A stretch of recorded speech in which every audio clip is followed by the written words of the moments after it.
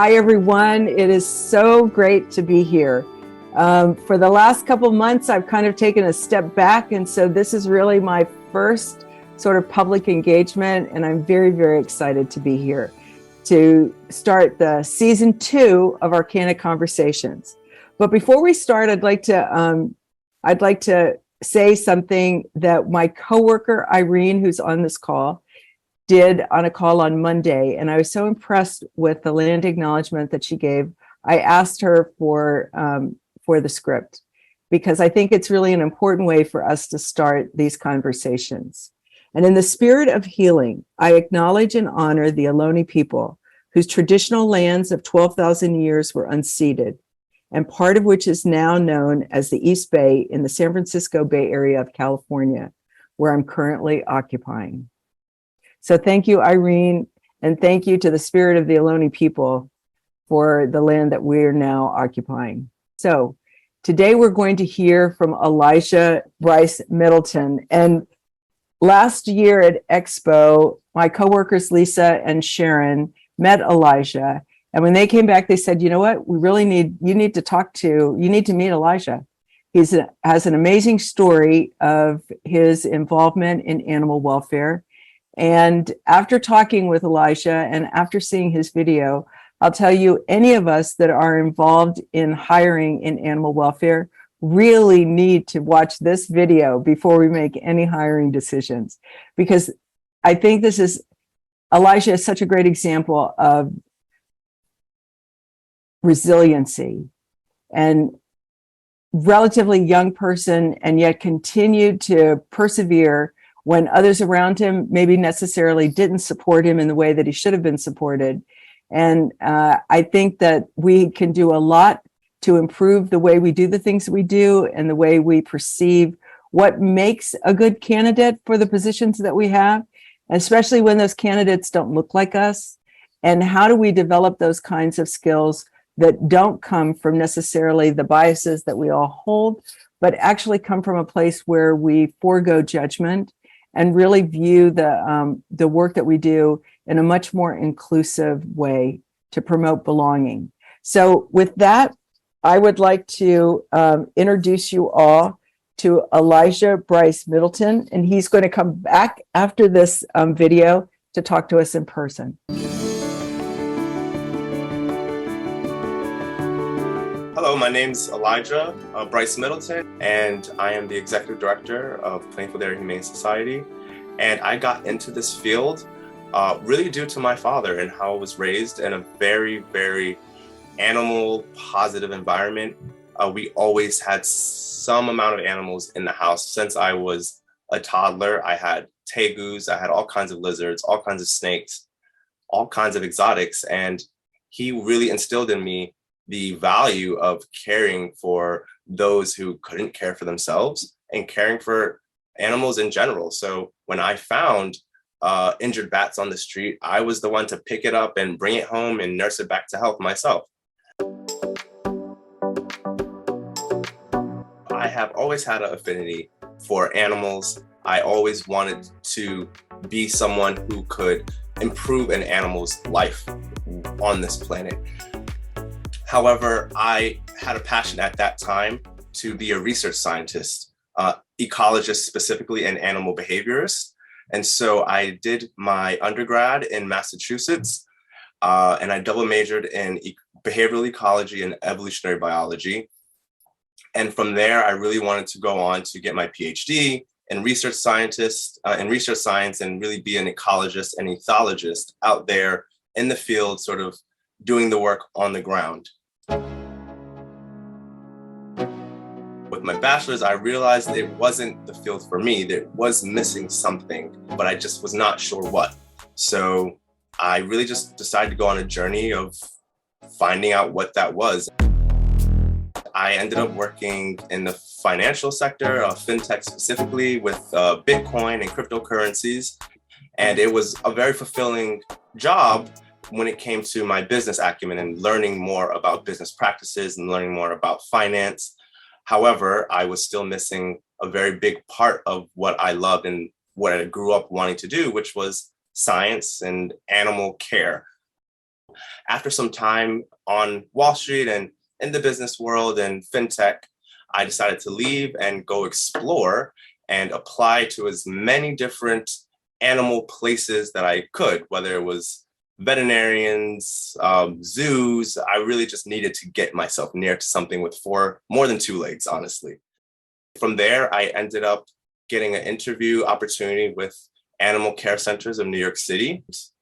It was an accident, really, a really, really pleasant accident. I ended up going there. I got the job. And when they told me I got the job, they were saying, "It's great, you're a kennel attendant." I was like, "I'm doing what?" I thought I was applying to be an animal behaviorist. I didn't even know really what I was doing, but I said, I'll take it. If I get to play with animals and I get to work around them and work with them, I'm satisfied. And once I was there, I started as a kennel attendant and I moved around the departments with not a lot of ease because it was a lot of pushback. But I forced my way through getting into that admissions department. It's a very big organization, a shelter in every borough. I went from the Brooklyn shelter and then I went on to the Bronx shelter and I started running the Bronx shelter from doing their admissions and doing their adoptions, the medical handling. I sort of got a taste of almost every aspect of sheltering. I did not feel that at the time, the organization that I was with did not invest in me or did not believe in myself as much as I believed in myself, right? They did not see the potential that I saw in myself. And so when I was applying to move up in that organization, I was working for upward mobility. I was always overlooked for my counterpart, who I knew did not have the experience, did not have the educational background on paper or in real life, but they got it. And, I can always guess as to why they got it, but I know what I saw, and what I saw was they looked different than me. And I wanted to know more about animal welfare. So I went on a search to find a graduate program where I could learn more about that. And lo and behold, while it was the first one that came up, and it was Zoo, Aquarium, and Animal Shelter Management Master's Program in Colorado.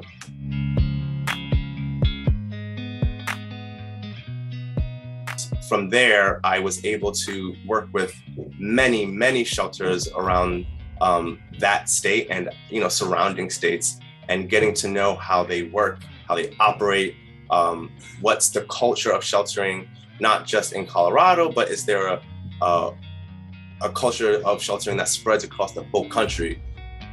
But I also had another decision that I had to come to once it was time to graduate, was what kind of organization did I want to go to? What kind of organization did I want to commit my time, my energy, blood, sweat, tears to?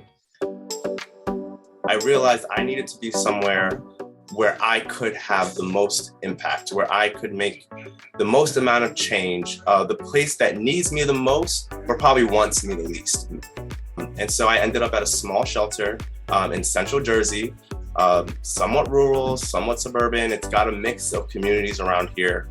And I knew that this particular shelter was the place for me because they needed the most help. The board welcomed me on as their executive director, and I really, ever since then, have been working towards being the change that I'm looking to see in our community. Unfortunately, the culture of the shelter was not a friendly one, it was not an accepting one, and it was not an inclusive one. And so when I got here, I had an animal welfare issue to tackle, but I also had a human welfare issue to tackle because unfortunately the management that was here was not at the forefront of what they were concerned about or what they were doing. So I knew I had to start with the animals. That was what the board wanted, and that's what I wanted. Make sure the animals have the best time in their life while they're here until they find their next destination, whether it's rescue or adoption or foster. Once I got over that hurdle, I was then able to say, we also need to change the culture here. It needs to be inclusive. Of course, that does sometimes mean if there are not people who are willing to change with the shelter, they have to go. And those who are and who were willing joined the culture of inclusivity so that we could have people of color, LGBT, all creeds and religions. And we weren't so monolithic looking, because for a shelter that looked the way it did, our community does not mirror that. We are in a mostly immigrant community, mostly Spanish or Latinx, and mostly Black. So why doesn't our shelter reflect that? And why don't we adopt out to them? Why don't we have volunteers that look like that? Why don't we, have, events that are in those communities? So that was really the start of me seeing, okay, so this is the change that I need to have. And I did that by going out into our local community centers, whether it's the churches, whether it's LGBT organizations. I myself had to check a lot of my own cultural biases. Growing up in New York City, I never knew Boy Scouts and Girl Scouts existed, even though I now know it's very common and it's nationwide. I personally never knew anything about them. It was not part of my life and my culture. So then I had to say, I go out and I find as many Boy Scouts and Girl Scouts groups as I can. And I say, please come to the shelter, meet me, meet the team, meet the animals. And then, you create this sort of long lasting and sustainable partnership between you and that organization, because those organizations, we're all just people that make them up. So connecting to people is the way we're going to be able to make and enact those changes, is by having a person-to-person connection. If you are facing barriers or challenges to your culture or to implementing some kind of DEI initiatives, the start and the core and the crux of you making that change is going to understand the people around you, understanding your team, understanding your community. And with that understanding, you'll gain empathy. You'll be able to have an empathetic response to what it is they need, they feel, they think they want.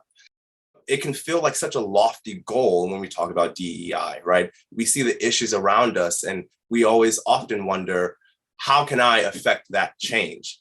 But it starts, and it, as cliche as it can sound, it starts with the individual. It starts on the grassroots level. There are plenty of organizations who are doing on bigger levels, and they are needed, but we are needed here on the grassroots level, on a person-to-person level, on a community to organization level, and having that level of empathy that builds long-lasting partnerships and connections that will benefit both individuals or both parties and both stakeholders tenfold in the future.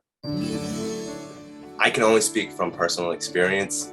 However, I wish someone really took the time to cultivate and invest in me. And I think I would have had a completely different experience. And so that's something I'm very intentional about now in my position, is really cultivating the talents that, come through my door, whether they are volunteers, fosters, or employees. Your impact now increases. Now you have someone else out there with the necessary skills and know-how to impact change in whatever way they feel and empowers them. But it all starts with really investing in your team and in your people and in your community. Elijah, that was just incredible. I have to tell you, it just, every time I see the video, I could watch it 10 more times. And this time I realized you went to Hampshire College, and I think that is so incredible. Wow. What an experience. We could do a whole hour just on that alone, but we won't. But I really love the fact that you know, as you said, it should be on a t-shirt, I think. You wanted to go to the place that needed you the most, but wanted you the least. And I just marvel at your the perspective that you have about what's going on around you and what your role can be in that. But one of the questions I wanted to ask you is, you were making so many decisions about your career. You really tuned into what your true passion was all about and what was meaningful to you. And what advice would you give for anyone that wants to work in animal well-being today?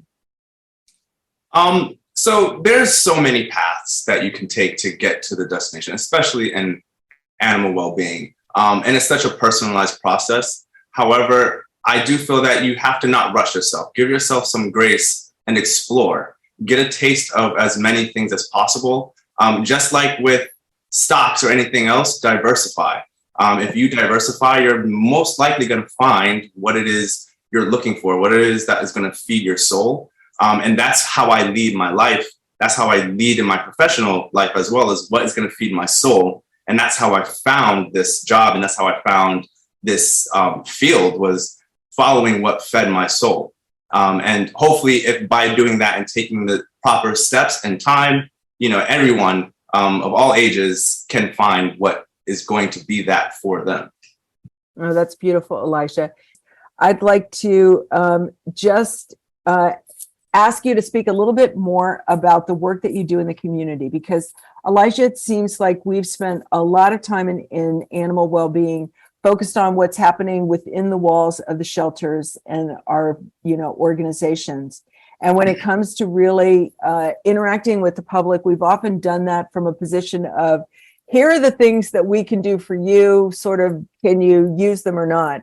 And so I feel like what you have presented in the video is a different perspective on how to be part of the community that we want to serve. So if you could speak a little bit more about that, that would be great. Yeah. So I look at it as a sort of symbiosis. I have a great team. I have a great board.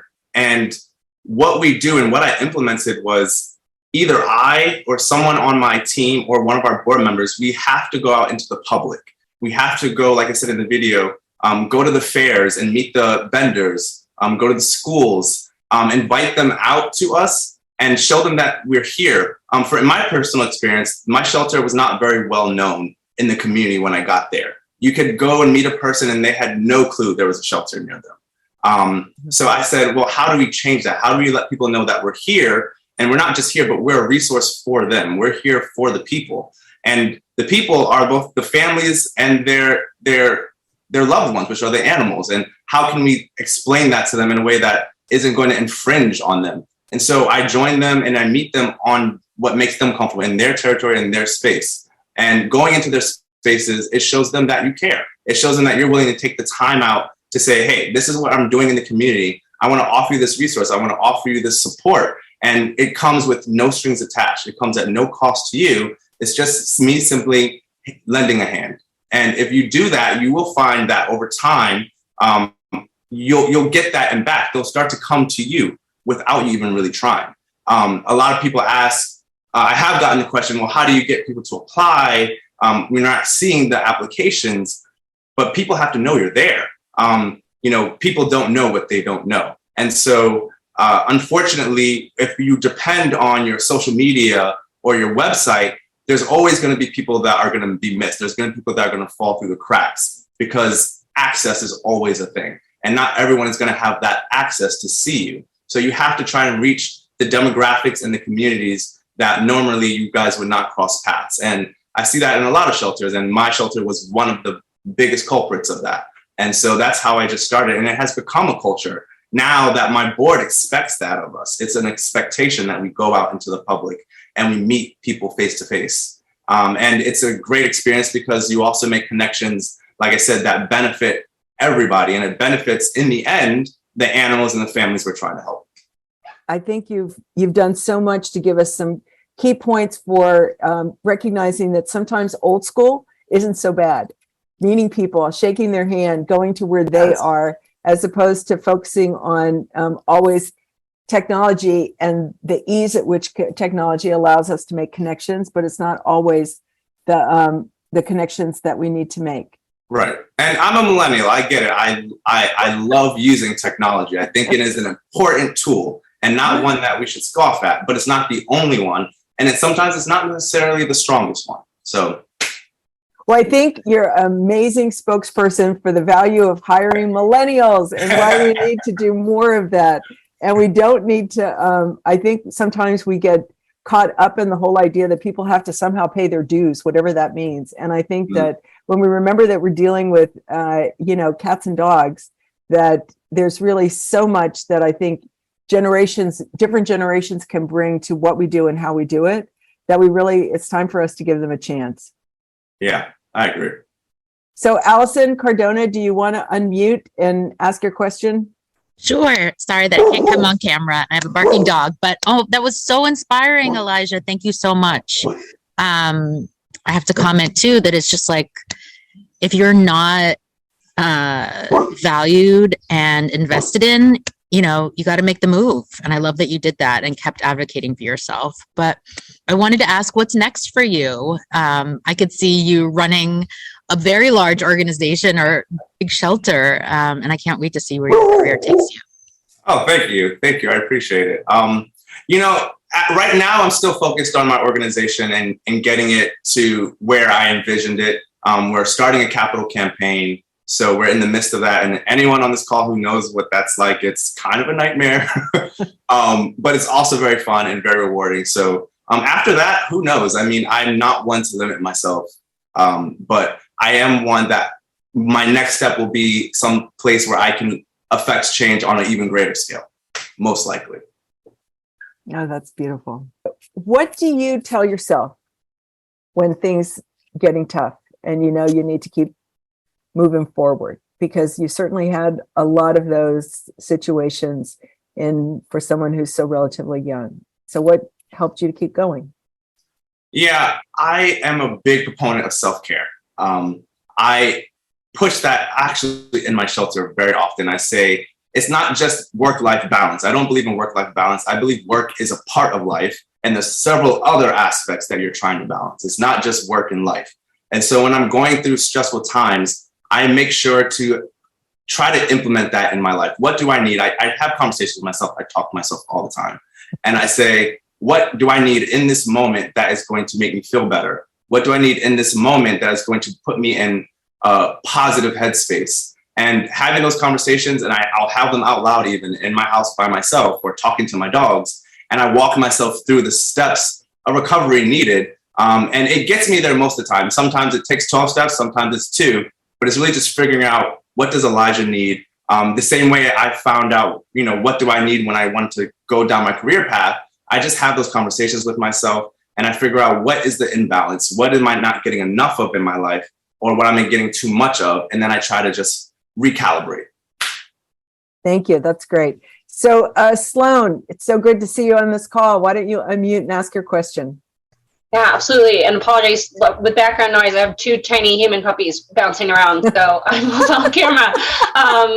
Hey, Elijah, again, thank you for your story and sharing it with us today. And as a fellow research nerd here, I would love to hear how or if you're integrating your passion for research into your work now. Yes, I am actually. So I have some students from nearby schools and I actually got this from, and I see Anna Neubauer on the call. I got this from my graduate program, but I have students around me come and do projects at the shelter. And while it's not research I'm doing on my own, I allow other students to do research, whether it's animal behavior or they want to see what the effect of something is with foster. And I get to bring that research into the shelter. I have new ideas coming into my shelter, and also I'm fostering, an academic quality that I grew up with, and so I'm always a fan of. You blew me away in the video, and now you're just blowing me away in the last 24 minutes. So I'm serious. I'm voting for you. No, I don't care for what, but I'm just voting for you because this is just amazing. I love the fact that you're creating these little research scientists. Everybody that does research should be really great, and you're promoting evidence-based outcomes, which is really. And I can't take credit for it. I mean, I don't know how many people on the call are familiar with Colorado State and the PSM program. It's a professional science master's. But basically, the way it works is they send us out. They send the cohort out into their just given institution or organization, whatever you pick, and you do research for the shelter or for the zoo or for the aquarium, and it really helps both parties. And I think, like everything else, a symbiosis is made where we both benefit. I get to learn and I get to conduct research, and then you get to benefit from that research and what I learned. So I find it's one of the things that, honestly, I think more shelters and more organizations in general should start doing, because it creates professionals in the field that you're in. And we always need more of those professionals. So, yeah. Wonderful. I really loved what you talked about on the video in terms of, just how you have to work person to person, organization to community, and building long-lasting relationships, and how that's such a key to the work that's being done. And I think that animal welfare right now, we're at a bit of a crossroads, if you will. We've devoted so much time to the animals, and we're just now starting to see that every animal that comes to us is connected to a person. And now trying to expand that, I think, compassion circle to include the people that are attached to the animals as well. Yeah. So I actually really love that that is becoming a topic of conversation in our field, because believe it or not, the people have been overlooked so often. But even so, pushing that further, I like to reach out to the people who don't have animals, who aren't currently serving an animal, because they still have a place in our community and they still have a role that they can play in our shelter. So I make a note to reach out to people like, you don't have an animal, come and see what we're doing here. See how it makes you feel. Maybe you'll be a foster. Maybe you'll come volunteer at one of our events. Who knows? Maybe you'll just spread the word of the great work we're doing. Maybe you'll tell your, uncle to come adopt a pet from us. Who knows what the outcome will be? But I refuse to limit myself and to limit my organization to just any one thing, because that's part of inclusivity. It's just not looking at the animal owners and the families that have pets, but looking at the whole community in a real holistic way. And I think doing that is really going to move this field forward in a really positive manner. Thank you so much. I just love that. So let me just ask if there are any other questions from the audience. I have one. Hi, Elijah. Thank you for sharing your photos, your family photos, and your story with us. It was so touching. And I know that your dad is a very important influence. And I was wondering if you had had other mentors in the field also. Yes. So every step of the way, there was really someone that looked out for me. Even when I was in New York, there was someone who was looking out for me. In grad school, Jenny Willis, who is amazing. She's the director of the program. I can't sing her praises enough, honestly. She really helped foster all of us, my entire cohort, in terms of what we wanted to do. There was nothing that we wanted to do that she scoffed at. She just made sure she made it happen. If I wanted to work with giraffes, she'll find a giraffe and put me with it, So people that really fostered you personally and professionally, and finding that, it doesn't always happen for everyone, but if you do get that, it's absolutely amazing. Okay.